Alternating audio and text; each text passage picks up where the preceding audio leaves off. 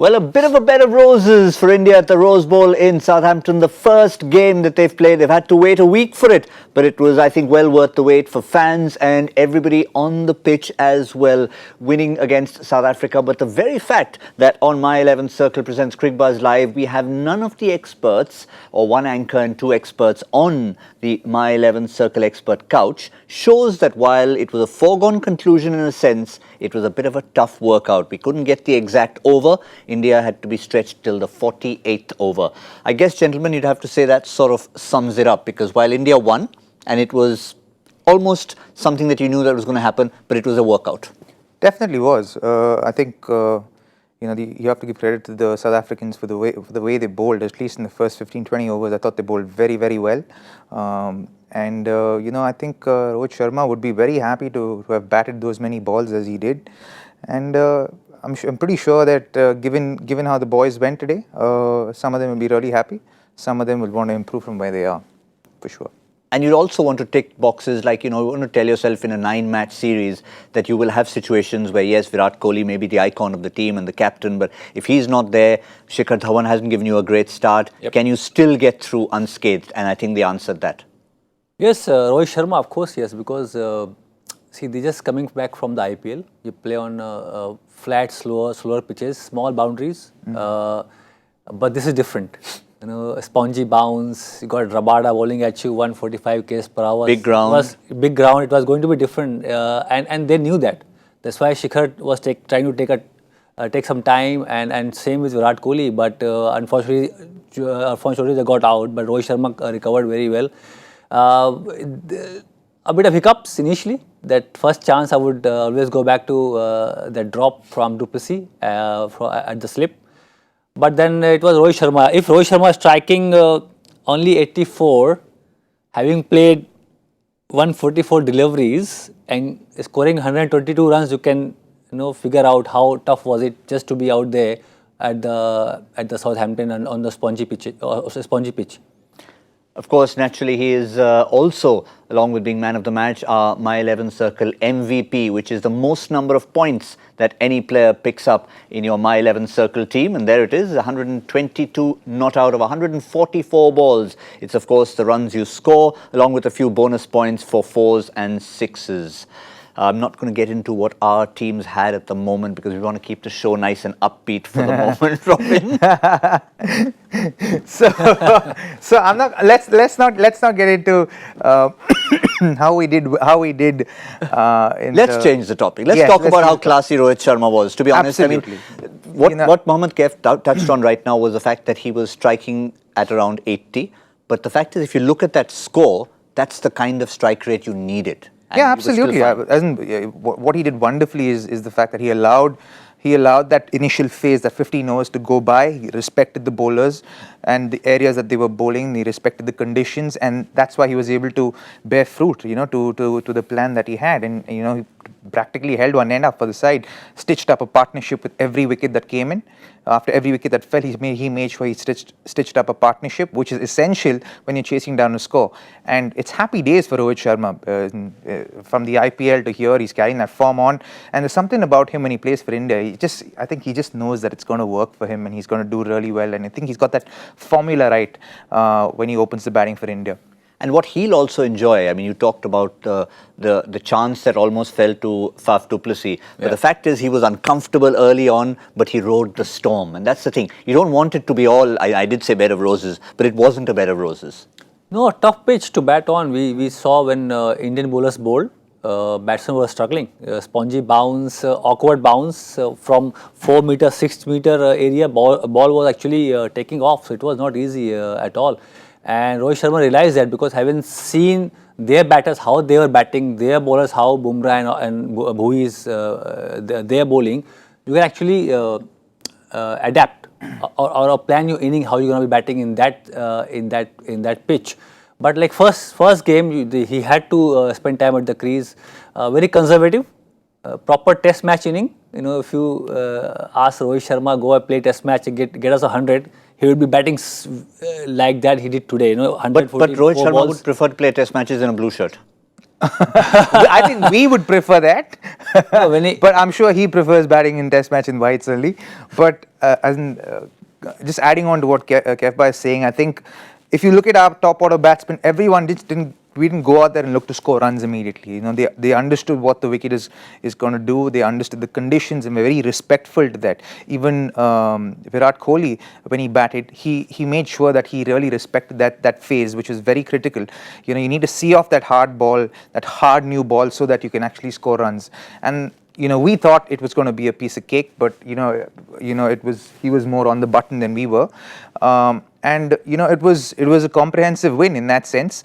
But you know, at one point when the runs the balls became less than the runs that were required, you know, you thought that, oh, is this going to get interesting? But you know, Dhoni and Rohit made sure that, you know, it wasn't going to be that interesting for. In fact, that particular over went for 10 runs. They started tinkering with the field, and immediately the equation changed. Absolutely. Now, at the start of the show, we talked about a bit of geography and history and chemistry between two players. It didn't happen between Shikhar and Rohit. Didn't happen between Virat Kohli and Rohit. But I'm going to do it one more time because it's topical. Yep. That's the man who came in, kept Rohit Sharma company. The number 4 we finally found in KL Rahul. 26 of 42, we talked about it in Cricbuzz Combox. Doesn't always look as if it's been a great innings, but in the context of it, invaluable. Absolutely, yeah, absolutely invaluable, isn't that? You know, that performance is going to fly under the radar if we don't talk about it. Okay, that was critical. That, especially after you lose Virat Kohli, who's the number 1 batsman in the world, if you don't stitch up a partnership, and that's going to be invaluable for India moving forward into the tournament. That, you know, even when he got out, one couldn't really read as to what actually happened. It seemed like a soft dismissal, but you didn't know if the ball held up in the pitch or he, you know, played a half shot. You couldn't really read it. He'd probably be the best judge of what happened out there. But he played, that innings was incredibly important for India chasing down the score. And that was a partnership that did it. But there was one more factor if you had to differentiate between the two sides. And I think if you look at the bowling figures, that will tell the whole story. Because when India bowled, we talked about 4 wrist spinners in the team. That's not the only 4 we had. We had 4 wrist spinners if you count on both sides. For India, Kul Cha took 5 wickets. For South Africa, Tahir plus Shamsi equals 0 wickets. 19 overs, they went for over 100 runs, and therein I think lies one of the key differences. That's why they missed the trick, I guess. They would have played one more fast bowler, spongy pitch, because see, Shamsi hasn't played much. Tahir, of course, has been playing, and you have Dominator bowl a couple of overs. He could have done that, but one fast bowler they missed in the middle phase of the game. He was operating with Shamsi and he was not getting anything from the pitch. Yeah. No turn, no googly. They were very comfortable. See the inning progression. Also, Shamsi, I think, doesn't have a number on the Indians. You know, I think the Indians have a number on Shamsi. They're going to play him a lot more comfortably than any other team will do, and there's no mystery really to him. With all due respect to Shamsi, there's no mystery to him when he's bowling to the Indian team, right? I think the Indians were clever as to how they dealt with Imran Tahir. I think they made sure they didn't give him a wicket, because the man, once you give him 1 wicket, then you know that he's going to come hard at you. He's going to be high on confidence. But the Indians made sure they didn't allow that to happen. They were respectful when they had to be to him, and he bowled well. As in credit to the rest of the fast bowler. And I think they missed a clue there by not playing an extra fast bowler perhaps instead of, or an extra all rounder instead of Shamsi. But I think problems are aplenty for South Africa at this point in time. As a cricket fan, I hope they sort it out moving forward into the tournament. Yeah, and again, that one last touch on that, you know, I briefly said old-fashioned innings from South Africa. Even from India, we saw that run progression, 3, 4, 5, 7. That's how the run rate progressed. And that, I think, is, again, when you go back to the old-fashioned 50-over game, have a look at that. Yeah. It's the first 10 overs, next 15, then you talk about 26 to 40, and when they needed to finish it off, up the ante, 7.86, finish the game, goodbye. Yeah, that's why you got Hardik Pandya batting after Mahendra Singh Dhoni. You know, if something goes wrong, and if they have to achieve this kind of run rate, 7.8 or around 8, he is there to play shots and he's been in fantastic form. But overall, for that to happen, we need to build the partnership. We need to have that platform where, you know, Pandya come and play those fiery knocks, you know, quick 30s or 40s and win the game for the team. I think Rohit Sharma must get lots of credit the way he shown the responsibility, the experience at that. And see, in the IPL, he hasn't scored big in this IPL. So don't say he was having the form coming into the World Cup. First few matches, again warm-up game against Trent Bowl, got out early. So and then of course spending time in the nets. Nets, it's nowhere near. You can't compare nets being in the middle and winning the game. So you can keep hitting the balls, keep feeling good about yourself. But when you go to the game, first game of the World Cup, and you're facing Rabada, low scoring game, you have to stick it there, play lots of deliveries, make sure build partnership. That's what Rohit Sharma and KL Rahul did. Very smart batting. And Rohit Sharma said that after the game. He said, there was something in it. He recognized it, and we saw it visually what was happening. So he said you had to play out those overs, and he did. And he knew that as long as you stayed there till a certain amount of time, we thought, talking about the cake, we thought we were going to have an early dinner and a dessert as well. But at the end of it, it's about getting the job done. It is about getting the job done at the end of the day, and I'm sure someone of Rohit Sharma's caliber recognizes that, and that's exactly what he did. The way he approached the first 10 overs, I think that's what is critical. I think you can have someone like Hardik Pandya at number 6, knowing fully well that if you have wickets in hand, he'll come out there and he'll express himself, and that's what he did. Towards the end, Rohit didn't have to do anything. He just had to feed strike to Hardik, and Hardik kind of finished the job there for us at the end. And very often people talk about Virat Kohli, and of course he's the icon. And a few people keep reminding you that if you want to talk about two players, yes, there's Virat Kohli, but also Rohit Sharma, almost neck and neck. And if you look at figures from 2015, that is phenomenally close. 1900s to Virat Kohli, 16 to Rohit Sharma. Look at those runs; they're almost similar. 4,500 almost to Virat Kohli, touching 4,000 for Rohit Sharma. So it just shows that even when you have someone who's sort of up on Mount Everest, you're like almost there. Exactly.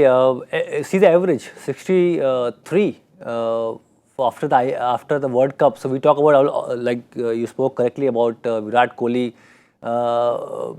been scoring lots of runs, but Rohit Sharma, see, neck to neck and winning the game. See, sometimes we forget to analyze the importance of that inning, winning the game for the team, and the start of the tournament. First game, tough condition, overseas condition, not a big target to chase, but you're losing wickets. You lost Shikhar Dhawan, you lost Virat Kohli, and knowing that you have to be at the crease, build some partnership. That's you feeling pressure on that point of time. It's not easy, and it's not his style. The way he just continued playing, the way he started from the first ball, he did not change his style. He kept batting, and tried to build partnership with KL Rahul and Mahendra Singh Dhoni. We don't see Rohit Sharma doing that. He actually changes the gears. So once he crosses 30 or 60, after 100, he will be batting at different strike rate. That's why I say the strike rate tells me how hungry he looked, how committed he was. And what the surface was doing, and hence you don't necessarily have to go into that gear. But interesting point you made, like Virat Kohli was also asked, as typically media men would ask, you got 100 at the start of the previous World Cup, so we're expecting one from you at the start of this World. In fact, both in 2011 and 2015. Yep. And he said, can we expect one from you? And he said, look, it would be great, but whatever, if I end up scoring 30 runs and I can contribute in whatever small way to the team winning. In this case, he didn't get it. Somebody else got 100. That's what mattered, the team winning. Yeah, absolutely. I think, I think for the rest of the guys outside of Rohit, I think Virat and Rahul and MS and Shikhar will be eyeing the next game to really go out there and perform really well, right? Because they're hitting the ball well. They've got some time in the middle. Shikhar will obviously want to make the most of the next few games that happen. But I think the other guys, like especially Rahul, I know for fact KL Rahul for fact would actually go out there and make sure that he capitalizes on the starts that he's getting. And he'll recognize that as well, So I think it'll again depend on where they play, what the conditions are on that given day. If there was sun out there today at the Rose Bowl, things would have probably been different, right? But they actually recognize the conditions well and played in respect to the conditions, which was critical and vital for today's win. One tick in the box, let's move forward. Yeah, that cheeky comment he made at the end is, he talked about breaking a sweat or not breaking a sweat. Well, he said this is early June, it's still a little chilly, so you don't even sweat, even getting 100 and taking the team home. But you've got to feel for the men in green. You've got to feel for South Africa no matter what happens. They've had a few problems. 3 games in a row in a World Cup they've never lost before. The only thing perhaps in their favour is the format. but you can't keep clinging on to the format forever. They've lost 3, they'll have to pretty much start winning soon, starting with that game against West Indies. Well, yeah, they have their task cut out for them, but you can't write this team off. With the kind of personnel that they have and they possess within their group, you really can't write them off. It's not like they've bowled badly; they've bowled very well. To take India to the 48th over to complete a game is bowling really well, with all due respect. And I just think that something has to kind of change. At some point something's going to give for South Africa, because they're giving their best. You can see that they're really trying. Rabada showing emotion, a little bit of frustration. That's going to happen. But you know that something's going to give at some point. And once that happens, you can see, I think, a turnaround as far as South Africa is concerned. One of the surprise packages, Rabada we know, of course, but Chris Morris as well. I mean, somehow when he comes charging in, you've seen him up close, when he comes charging in, it's in his eyes that he's keen. 3 maidens he bowled today and made a difference. He bowled really well. Yes, there was nothing to lose, to be honest, because not a high scoring match. Batsmen they were trying to take their time, and of course the kind of bowl, the line and length he bowled, he looked good. He's tall. He gets the bounce. So I think areas the ball he actually made sure that batsmen not very comfortable at the crease. I would have liked to see him pick more wickets, a bit more attacking, pitch the ball up, right, like Rabada did against KL Rahul. He was actually brave to pitch the ball up. I didn't see many bowlers today, even though the economy will tell that they bowled well, but they didn't end up winning the game, because you need to be sometimes brave and pitch the ball up. If the batsman is driving the ball through the covers and that ball goes for 4, so be it. But you have to be brave and pitch the ball up, like Rabada did. If you see the pitch map today, they haven't bowled right up there, where it's actually asking the batsman to come in the front foot and play the driving lane. But I think they missed the trick overall. Even though they did not have much runs on the board, so of course they would feel the pressure. But I think they missed the trick bowling, just pitching it up right there. But overall, if you had to assess the bowling performance looking at both sides, yes, you had 5 wickets for the 2 Indian wrist spinners. But if you had to look at Rabada from South Africa, Bumrah from India, as a neutral sitting in the stands there watching it, you'd have to say it was 2 great spells of fast bowling. It was, of course it was. And they're very similar figures at the end of the day. So you know that they both have really come out there and stood out. I think what was impressive is that Chris Morris's performance today. I think they're going to take a lot of heart from that. He's going to take a lot of heart from that moving into the tournament. I think if he stands up with Rabada, and if the 2 of them can bowl as well as they do, and Imran Tahir can come into wickets, then it might be a different scenario altogether for South Africa. They might feel like they're in with a chance if they get that 1 win under their belt. They're looking for 1 win. I think that's what their priority and their goal would be, to make sure that they get that 1 win, focus on the processes, make sure they field well. I think those are the aspects that they're going to start focusing on as a unit. And if they get all those things working together in tandem, then, I think they're... So when I saw Miller dropping that catch, I said, I've seen it all. Yeah. I've seen it all. Miller dropping the sitter. Yeah, I mean, see, you can go ironically, as we mentioned it when we saw it, he is a man who very recently got the man of the match for taking X number of catches in a game. I think it was 4 or something, yeah. So see, batting, bowling, you can go wrong, and you can go back to nets and of course do some planning and meetings, so you can come back and make it right.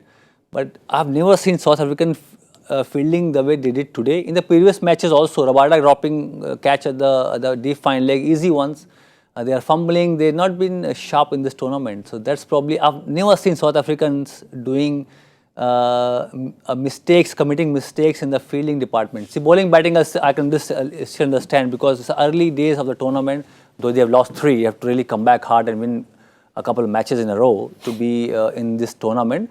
But fielding, small things you want to pick up. How happy they are as a squad. When they are diving around, taking those half chances. It didn't happen. Even that du Plessis dropped Rohit Sharma, he was on duck, to be honest. Yeah. But and Dhoni, Skyer in the air, they dropped Dhoni also. Miller dropping the easiest catch in the world. I mean, I've not seen that happen before in my experience seeing them on the ground. And to add to what you said, I mean, there's a bit of a luck factor as well. Yes, you have to take what comes your way. Yeah, sure. But Faf du Plessis also said in his experience, he hasn't seen so many balls landing in no man's land. Yeah. Especially early on, we saw that just past JP Duminy, just past slip. So many of those just dolly up and you take them. Yeah, so sure. a bit of luck. And then, of course, the skill factor. I think India has proved that luck plays a huge factor in life and in cricket. You know, and you can ask us cricketers, and we are proof that luck plays a huge factor in life and in cricket. And you know, it just seems like everything is not going South Africa's way, and but I think they'd want to shift their mindset, focus on the positives, focus on the things they've done right, for things to actually work for them moving forward. Right? It's easy to mull on all the negatives that have happened, but I think what they look to do is, you know, knowing them, and they've got a little bit of a break before they play again. I think they play on the 10th.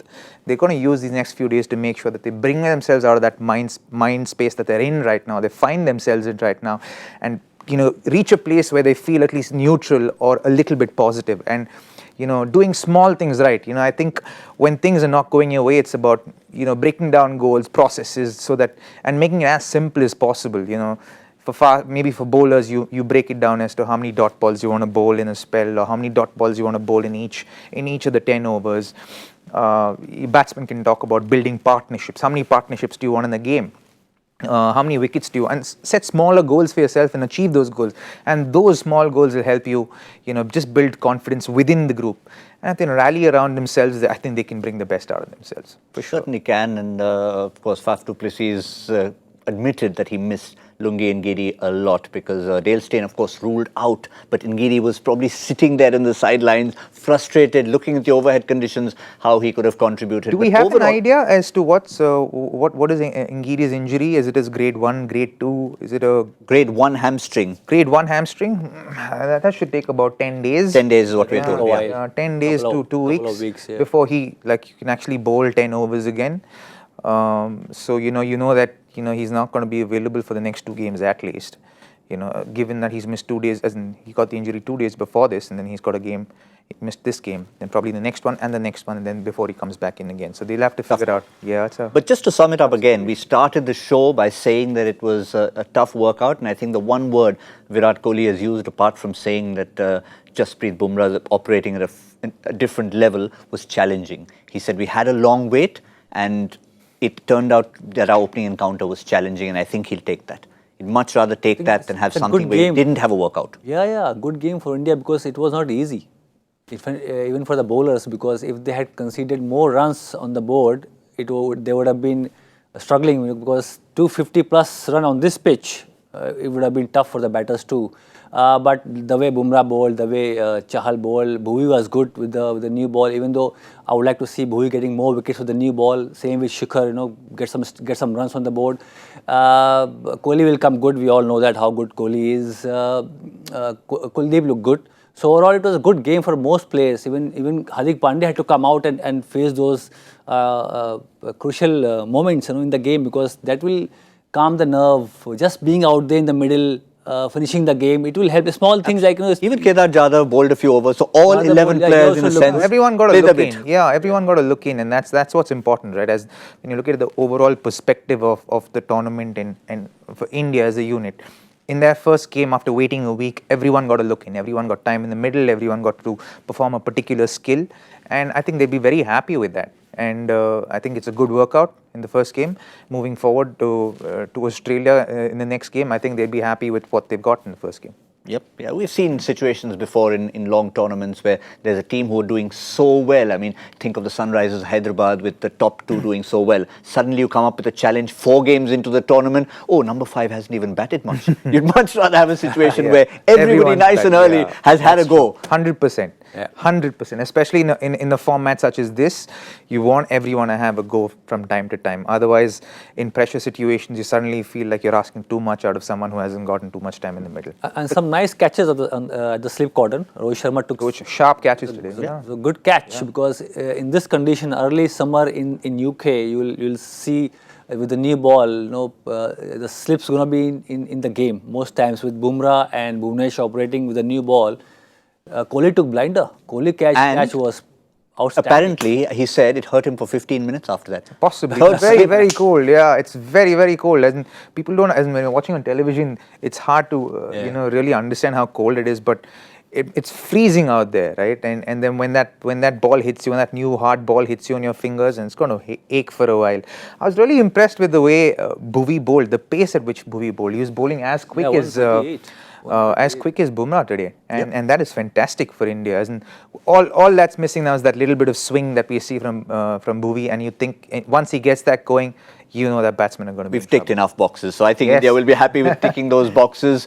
I was talking about the pressure. Did you feel pressure when you were trying to compete against Dada in the My 11 Circle Beat the Expert competition? And do we actually have someone who's got 5 times? And we do, yes indeed. Jitendra Uppuluri from Andhra Pradesh with 452 points, and I can tell you we're keeping an eye on the number of points, and that's a good score. Hashtag Dada Kavada. Unless you score over 400 in that range, I know Dada always looks to score over 400. So 5 times the amount of cash, well done. And remember, that's not it. You can do it every single game. This is how you need to do it. Simply get on the site, pick your match, which is of course the match of the day. Get on my11circle.com. In case you haven't downloaded the app, download the app. You'll see Dada there waiting for you. Select a match, create your own team. Don't peek. And then try and see if you can beat him, and his Vada is 5 times the amount of cash. We, of course, are playing here, but we will change the topic and not talk about that for a moment. Was my Vada to Robin Uthappa. 3-0, huh? 3-0. क्या था वादा? Kya tha Vada? That I won't gloat about it too much. Ek baar, just once. All right, we've got to move on because there's so much to look forward to. We're going to have another biggie coming up tomorrow. Of course, they're all big games, they're all competitive games, but this one somehow seems to have a spicy flavour to it. Australia against the West Indies. The West Indies, the mighty West Indies, winner of the first 2 World Cups. Australia have won World Cups for a living. Match number 10 from Trent Bridge in Nottingham. Now, from the West Indies' point of view, it'll be familiar territory. That's where they've been sitting, that's where they've been living down the road, and that's where they outdid Pakistan. So for them, they'll be thinking, give me that same strip again. Maybe they took it home with them to the hotel. No, no, but I think they want a fresher strip, especially against Australia. They probably don't want the same strip. They definitely want something that's probably a little more livelier. I think that'll be an interesting game, and you really hope that this, they can bring alive that rivalry between the two teams. It'll make it really interesting to watch. I think both the teams are formidable sides. They've got things going for them. The past 12 months have been forgettable for Australia, but coming into this tournament, they've played well. They've got Warner and Steve Smith back. I think things are going well as far as Australia is concerned, and they seem like they're back together as a unit. But with West Indies, you can never really write them off. Yeah? Exactly, and they've had different kinds of victories. Australia, sort of a little bit of a clinical victory against Afghanistan. Maybe they hadn't ticked the kind of boxes that India ticked. They would have liked more of a challenge to start the tournament. They've had a few batsmen up the order, but maybe not enough in the middle order. Let's have a quick look at the Australian team and see if there's any reason for them to make any changes, to tinker with a winning combination. That's what we see up there. Finch and Warner got enough time. But for the likes of maybe Glenn Maxwell, Marcus Stoinis had a bit of a bowl. But I think it's the bowlers. Would you still play those a second spinner? Nathan Lyon missed out against Afghanistan, perhaps because of the surface. I think Pat Cummins, Coutinho and Mitchell Starc, they are the deadly combination. Left-arm fast bowling, 2 left-arm fast bowler, Mitchell Starc, and then 2 pace bowler, they right-handed. They are quick. Are you going to say this on Sunday as well? 140, 145 per hour. Of course, it's going to be a good game because India coming out with a winning note, and they had some players, those who are in form. Rohit Sharma, Shikhar Dhawan, of course, missed out today, but I think he's a good player. Virat Kohli will, of course, play the major role. But Australia and India is going to be a close contest. You don't want to let Nathan Lyon up against Chris Gayle? He's been doing well, though. Against India, probably they might play Nathan Lyon and use them in the power play too. I have a feeling they might just swap Lyon for Zampa, because knowing Chris Gayle, if he gets in, he generally has this the habit or the tendency to pick one bowler and then just go after him. And that could be Zampa. And that could be Zampa. Zampa is known to get breakthroughs, but knowing Chris Gayle and how dangerous he is, they could swap him for Nathan Lyon, because I feel that because Chris Gale has had issues with the off spinners in the past, so they might do that. Is what I get a sense of. Yeah, I mean, Australia have paid the price time and again, be it the World T20 in 2014. A lot of people remember when you're talking about the Oval, the most phenomenal six ever hit, even though it's one shot, was Brett Lee being hit by Chris Gale into the school. The ball never came back. I think it's still there in a little classroom. But, those are little memories that people take away, and Gale's been around for a while. But again, with the West Indies now, it's not just the Gale factor. With the likes of Shea Hope, Shimron Hetmeyer, and all these guys playing around them, and a chap called Andre Russell, who somebody in the studio knows a bit about. I mean, that's where they've become more of an all-round team. They have. Even Nicholas Pooran added to the mix. Yes, absolutely. I think it's a very solid side. And I think with Shea Hope opening the batting and wicket keeping, I think it kind of lengthens their batting order a little bit more. I wouldn't change anything from here except maybe find a space for Kemar Roach. He's a top bowler, and if they can find place for him, nothing. Maybe sacrifice Brathwaite for that? It's a hard call to make, honestly, because Carlos does give you a few overs. But having said that, Jason Holder is going to bowl 10. Andre is not going to bowl 10. If he's going to bowl, I think he bowled about 4, maybe 5 overs at the most. Knowing how his knees are, he's not going to look to bowl too many. I think he has to get used to bowling that volume of overs before you see him bowling. So maybe in the back end of the tournament, you probably see him bowling 6 overs maybe. So but now you look at Russell Brathwaite as a unit almost. Yes, yeah. You probably see them as one bowler who'd probably give you 3 and 4, and then the other guy will probably give you 2 and 3. But I mean, Jason Holder will bowl his 10. I think Cottrell will bowl his 10. Holder's bowling with a new ball. He bowled the last new ball. And with the Holder, because of his height, he's quite challenging to play because he may not be the quickest, but his bounce from good length and the fact that he can get the ball to bounce from that length makes it very hard to play shots on the up to him. Also, they might think about not bowling too short because first game they bowled against Pakistan. Lots of short deliveries. May not work against Australia. Yeah, exactly. But I'm sure they've had a team talk. And I guess surely. If there's one box that they probably need to tick, it's Junior Ara in the form of Darren Bravo, because he's just not finding his form at the moment.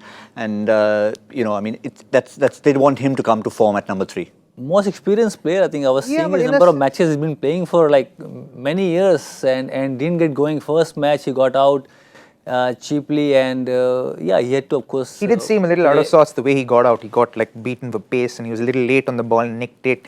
But I think it's okay to have that kind of an issue at the start of the tournament, as long as you're not at the back end of the tournament facing the same issue. Then it's probably too late. But I think now that they've got 9 matches, if they play him for 3 games, and if he still 3 or 4 games, and if he still doesn't perform, then it's time to change man for man, right?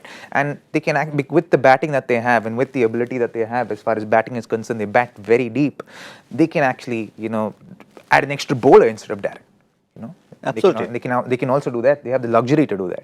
What it does tell you, it's going to be a fascinating contest, Australia versus the West Indies. But a quick reminder, it's a double-header day, another game still in progress. But we'll just take a quick assessment with Bangladesh versus New Zealand. Bangladesh putting on 244 for all-out when they batted first. It was a good effort right at the end from Mohammad Saifuddin, 29 of 23. Could have almost got a few more there. Shakib Al Hasan got out at just the wrong time. He got out when we were doing the combox. The combox. A lot of players got starts, but New Zealand obviously looking good there. They've had a flying start, as they pretty much always get from Munro and Guptill. So again, 244, Bangladesh will feel that they've got some sort of runs on the board, no matter what happens in terms of... Oh yeah, sure, absolutely. I think it's a good score. And if you look at the way they're bowling, I think they're bowling pretty well. As in, Martin Guptill and Colin Munro came out, all guns blazing, and they were able to get them out. And Shakib's got both those wickets. He seems to be a busy player in this tournament, and I think he's going to be one of those guys who's going to be one of the top performers in the tournament.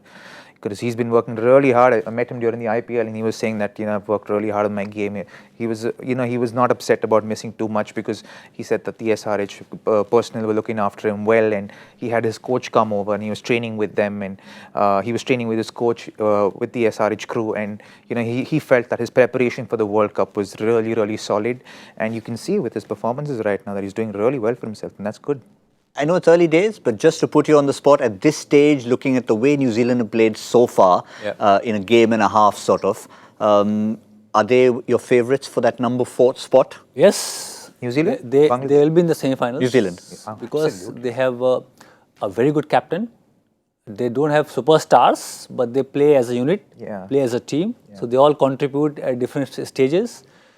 Henry been bowling well. Guptill, Munro got some start, got some runs, and he spoke about players from New Zealand. They are very hardworking people. Yeah, Because exceptional athletes. Bolt and Munro didn't get chance to play in the IPL for Delhi Capitals. They were up in the morning and running, like, they go to gym, they'll be first at the practice, they'll be coming last in the bus, like, putting lots of effort to make sure they are ready to go for the World Cup. They had a proper preparation for this World Cup. That's why they're looking good. Yeah, that's And the kind of proper people, proper human beings. One of the nicest human beings you can meet, the Kiwis. Absolutely. Yeah. I think it's about being around all those sheep. It just makes you nicer people. It's lovely. So we need more sheep in India then. We're still nice people. We're still nice people. It's just that we have more people than sheep. They have more sheep than people. But anyway, the points table, as it were, will New Zealand make it to that top? It's still very early days, but we know that for all those who've put India, England and Australia as the three favourites to make it there, that fourth spot up for grabs, West Indies, New Zealand, South Africa not looking that good here. Pakistan have come back well, so it's going to be fascinating. For the moment, we can Don't write my Bangla friends off. I think they're in with a chance as well. Well done. Good timing, Robin Uthappa there. I should have got that one before he did, but that's where the points table stands. We still have one more little teaser to throw at you, or rather to solve for you, which is the joy factor question, which today maybe is being a little bit more relaxed as we go into the tournament, maybe India match day. And let's quickly have a look at what the question was. An opening match of a global T20 ICC event saw the T20 international debuts of two players, both of whom played for more than one country in their careers. The tournament and the players? This is the answer. We're talking about 2009, which was, of course, the ICC World T20, the event won by Pakistan. Dirk Nannes and Owen Morgan played for the Netherlands and England, both of whom have played for different countries. Australia, Dirk Nannes, and Ireland for Owen Morgan. Yes, indeed. There we go. So, always fascinating to have players who have played for different countries. Do we have a player from one country or a person from one country who has won it? Do we have a new winner? That's what I really want to know. Ooh, Harry Humorous. That's a new one. Wow. Yes. I certainly haven't heard this one. Harry_humorous. Answered by Harry. Oh, he did win apparently once before. Do we know where he's from? We don't know where he's from. So, Harry, you need to tell us, given that you've answered a question about people playing from different countries, do you have origins from two different countries? Because you certainly sound like you do. Harry_humorous. Well, we've had a wonderful day, a long day. But of course, we've got lots to look forward to as we go forward. Thank you very much to Mohammad Kaif. Thank you very much to Robin Uthappa. Thank you. And My 11 Circle presents Cricbuzz Live will be back when Australia take on the West Indies.